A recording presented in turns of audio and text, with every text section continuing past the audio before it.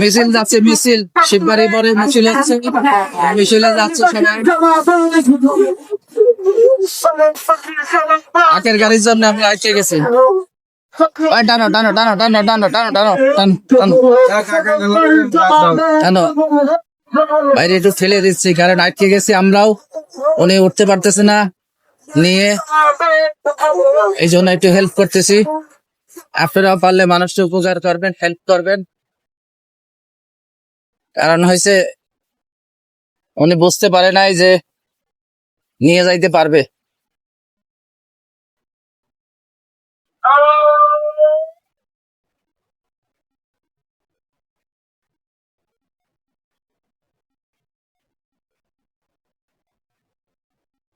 এখন